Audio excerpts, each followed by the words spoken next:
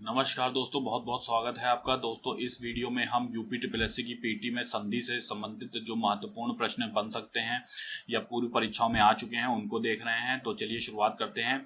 सबसे पहले पूछा गया है कि संधि कितने प्रकार की होती है। तो संधि जो होती है ये 3 प्रकार की होती है, ध्यान रखिएगा। स्वर संधि, व्यंजन संधि और विसर्ग संधि। ठीक है, अब स्वर संधि में कितने प्रकार होते हैं, तो ये 5 प्रकार होते हैं। दीर्घ स्वर संधि, गुण स्वर संधि, वृद्धि स्वर संधि और यण स्वर संधि और अयादि संधि। तो खास तौर से इसमें दीर्घ, गुण, वृद्धि और यण और अयादि, ये नाम जरूर याद रखिएगा क्योंकि ये स्वर संधि के अंतर्गत आते हैं। 5 प्रकार हैं। इसके बाद आप देखेंगे तो रत्नाकर संधि विच्छेद होगा। तो रत्नाकर का संधि विच्छेद जब आप करेंगे तो क्या हो जाएगा, रत्न प्लस आकर हो जाएगा। और ये कौन सी संधि होगी, ये दीर्घ स्वर संधि होगी। सख्यागमन में संधि विच्छेद करना है तो ये सखी प्लस आगमन हो जाएगा। और ये कैसी संधि होगी, यण संधि होगी। यण संधि होती क्या है, यदि ई उ उ री के बाद कोई भिन्न स्वर आए। ठीक है, ध्यान रखिएगा, कोई भिन्न स्वर आए तो ई का या हो जाएगा, उ का वा हो जाएगा और री का रा हो जाएगा। ठीक है, तो यण संधि में हमेशा आप ध्यान रखिए कि या वा रा में से ही कुछ आएगा आपका। तो अगला देखते हैं, अभी उदय का संधि करनी है तो अभ्युदय हो जाएगा। तो अभी आप यहाँ देख रहे हैं छोटी ई है, फिर यहाँ पे उ है तो ये क्या हो गया, या हो गया। तो आप यहाँ पे देख सकते हैं ई आया है तो ये या हो गया, अभ्युदय हो गया, यण संधि होगी। इसके बाद रीति प्लस अनुसार को अगर हम संधि करेंगे तो रीति अनुसार हो जाएगा, ये भी यण संधि होगी। यद्यपि जो है अक्सर पूछ लिया जाता है संधि विच्छेद में, तो इसका संधि करना है तो यदि प्लस अपि होगा। और ये कैसी संधि होगी, यण संधि होगी। ठीक है, तो इसमें जितने भी हमने संधियां ली हैं संभवतः हो सकता है इन्हीं में से ही कोई संधि पूछी जाएगी, तो आप इनको विशेष तौर पे ध्यान रखिएगा। फिर देखते हैं तिरस्कार। तो इसमें आपका संधि करेंगे, विच्छेद करेंगे तो तिरह प्लस कार हो जाएगा। ये किस प्रकार की संधि होगी, विसर्ग संधि होगी। विसर्ग संधि पहचानने में दिक्कत नहीं होती क्योंकि आप देखेंगे कि उसमें विसर्ग लगा ही होता है।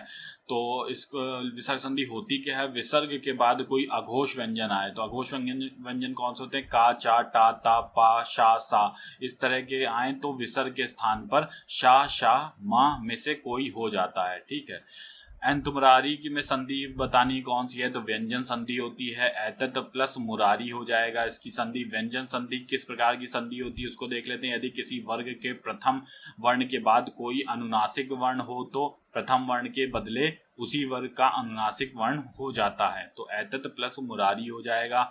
रामायण का देख लेते हैं, राम प्लस आयन हो जाएगा। ये किस प्रकार की संधि होगी, दीर्घ संधि होगी। तपोगुण का संधि विच्छेद करेंगे, तपह प्लस गुण होगा, विसर्ग संधि हो जाएगी। सज्जन का संधि विच्छेद जब आप करेंगे तो सत प्लस जन हो जाएगा, व्यंजन संधि हो जाएगी यहाँ पर। ठीक है, व्यंजन संधि हो जाएगी। फिर सूक्ति का आप जब संधि करेंगे तो सूक्ति का संधि होगी सूक्ति, सु प्लस उक्ति का सूक्ति हो जाएगा। ये दीर्घ स्वर संधि होगी। यदि दीर्घ स्वर संधि क्या होता है, यदि आ ई उ री के बाद वे ही हस या दीर्घ स्वर आए तो दोनों मिलकर क्या हो जाता है, बड़ा आ, बड़ी ई, बड़ा उ और री हो जाता है। ठीक है, तो श्रद्धानंद में आप देखेंगे कि बड़ा आ है और यहाँ पे भी आप देखेंगे कि यहाँ पे आ है और यहाँ पे भी बड़ा आ है, तो ये मिलकर क्या हो जाएगा, बड़ा हो जाए आ हो जाएगा और श्रद्धानंद हो जाएगा। इसके बाद आप देखेंगे अगला महोत्सव में देखेंगे तो महोत्सव का संधि विच्छेद करेंगे तो क्या हो जाएगा, महाप्लस उत्सव हो जाएगा। ठीक है, तो यहाँ बड़ा आ है, फिर ये छोटा ऊ है तो ये ओ बन जाएगा। ये किस प्रकार की संधि होगी, ये गुण संधि होगी। गुण संधि किस प्रकार की संधि होती है, यदि आ या आ के बाद ई या ई, उ या उ और री आए तो दोनों मिलकर क्रमशः क्या हो जाता है, ए ओ अर्र। ठीक है, तो ए ओ अर्र जिसमें भी इस्तेमाल हुआ होगा वो कैसी संधि होगी, वो गुण संधि होगी। महेश्वर का जो है आपका संधि विच्छेद करेंगे, महा प्लस ऐश्वर्य हो जाएगा, इसमें वृद्धि संधि होगी। वृद्धि संधि होती क्या है देख लेते हैं। आ या आ के बाद ए या ए, ठीक है, आने पर ए तथा ओ या ओ के आने पर औ हो जाता है। तो अगर ए आया हो या ओ आया हो तो वहां पे वृद्धि संधि होने की उम्मीद होती है। अब यहाँ पे देखेंगे आप सूर्योदय, तो सूर्य का क्या हो जाएगा, सूर्य प्लस उदय हो जाएगा, ये गुण संधि होगी। अगला है महर्षि। महर्षि में महा प्लस ऋषि होगा, ये भी गुण संधि होगी। यथोचित है, यहाँ पे आप देख सकते हैं यथोचित, तो यथोचित में भी क्या होगा, यथा प्लस उचित, ये भी क्या होगी, आपकी गुण संधि होगी। ठीक है, अगला तथैव देख लेते हैं। तथा प्लस एव, ये वृद्धि संधि होगी।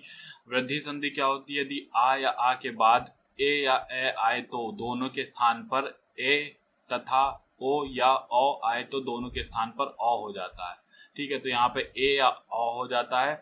अतिउक्ति, ये संधि विच्छेद करेंगे इसका, तो अति प्लस उक्ति होगा। ये कैसी संधि होगी? यण संधि होगी।